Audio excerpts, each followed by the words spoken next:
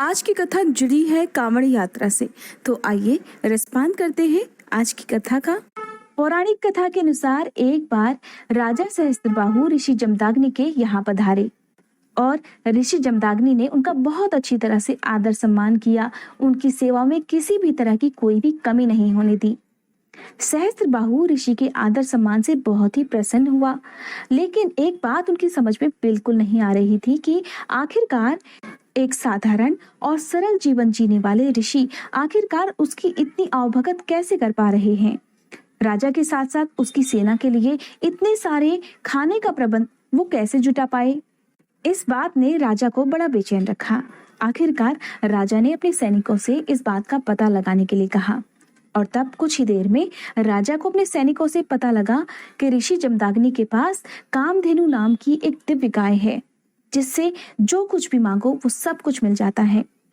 अब जब राजा को ये बात पता चली कि इसी कामधेनु गाय के कारण ऋषि जमदाग्नि सारे संसाधन जुटाने में कामयाब हो जाते हैं, तो उस राजा के मन में एक लालच पैदा हो गया। वो लालच था उस कामधेनु गाय को हासिल करने का। राजा ने मन में सोचा, ऋषि तो बिल्कुल सादा जीवन बिताते हैं और इस कामधेनु गाय का उनके पास रहने का कोई भी औचित्य नहीं है। इस गाय को तो मेरे पास होना चाहिए। और इस प्रकार राजा के मन में बहुत ज्यादा लालच उस गाय को हासिल करने के लिए पैदा हो गया। तब ऋषि से कामधेनु गाय राजा ने मांगने का प्रयास किया। राजा ने ऋषि से निवेदन किया कि वे उसे कामधेनु गाय दे दें, लेकिन ऋषि जमदग्नि ने कामधेनु गाय को देने से बिल्कुल मना कर दिया। और ऋषि जमदाग्नि के इनकार पर राजा को बहुत ज्यादा गुस्सा आया और फिर उसने कामधेनु गाय को प्राप्त करने के लिए उसी समय ऋषि जमदग्नि की हत्या कर दी। और इस तरह राजा कामधेनु गाय को अपने महल में लेकर आ गया। भगवान परशुराम को ऋषि जमदग्नि का पुत्र माना जाता है। जब ऋषि जमदग्नि की हत्या की खबर उन्हें पता चली, साथ ही जब उन्हें इस बात का भी पता चला कि वो राजा कामधेनु गाय को भी अपने साथ ले गया है, ऐसा समाचार पाकर भगवान परशुराम का क्रोध 7वें आसमान पर जा पहुंचा। उनके क्रोध का तो सभी को पता है। वे क्रोधित होकर राजा सहस्त्रबाहु के महल में पहुंच गए और फिर उन्होंने अत्यंत क्रोध में राजा सहस्त्रबाहु की सभी भुजाओं को काटकर उसकी हत्या कर डाली। बाद में परशुराम भगवान ने अपनी तपस्या के प्रभाव से अपने पिता जमदग्नि ऋषि को पुनः जीवन दान दिया। जब ऋषि को ये बात पता चली कि परशुराम ने सहस्त्रबाहु की हत्या कर दी है, तो उन्होंने इसके पश्चाताप करने के लिए परशुराम जी से भगवान शिव का जलाभिषेक करने को कहा था। तब परशुराम भगवान अपने पिता की आज्ञा से मीलों दूर चलकर गंगा जल लेकर आए और अपने आश्रम के पास ही शिवलिंग की स्थापना कर शिवलिंग का महाभिषेक किया और गंगा जल चढ़ाकर उनकी स्तुति की। इस प्रकार माना जाता है कि सबसे पहले परशुराम भगवान ने ही शिवलिंग का अभिषेक किया था और तब से कांवड़ लाकर जल चढ़ाने की परंपरा आज तक चली आ रही है। सावन के महीने में कांवड़ लाने से संबंधित हमारे धर्म में कुछ अन्य भी पौराणिक मान्यताएं प्रचलित हैं। इनमें से एक मान्यता के अनुसार जब समुद्र मंथन हो रहा था, तो सबसे पहले समुद्र मंथन से विष उत्पन्न हुआ।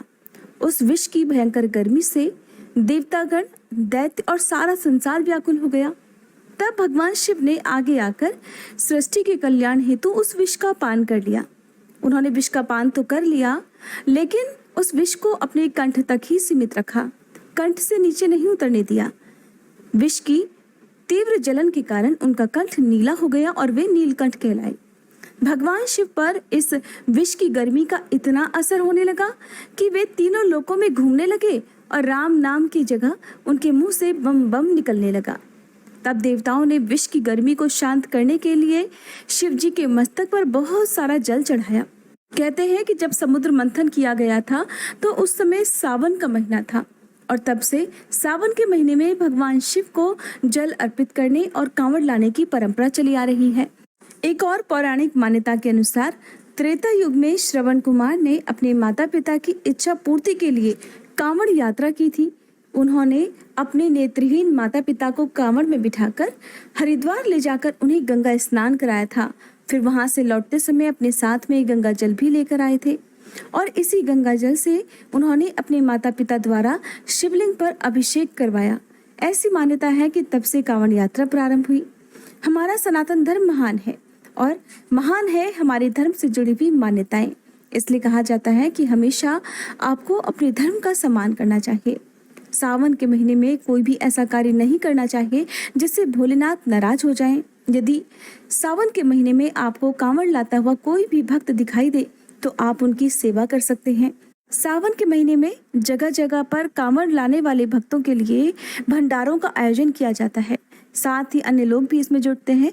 तो ऐसे में आप भंडारों के लिए भी दक्षिणा का दान कर सकते हैं।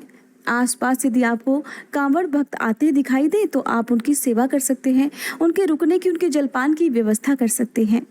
सावन के महीने में हर दिन नियमित रूप से सुबह के समय शिवलिंग पर जल का अभिषेक करने से भोलेनाथ बहुत प्रसन्न रहते हैं। सावन के महीने में न केवल भोलेनाथ की ही कहानियां सुनी जाती हैं, बल्कि शिव महापुराण की कथा सुनने से भी भगवान शिव की कृपा आसानी से प्राप्त की जा सकती है।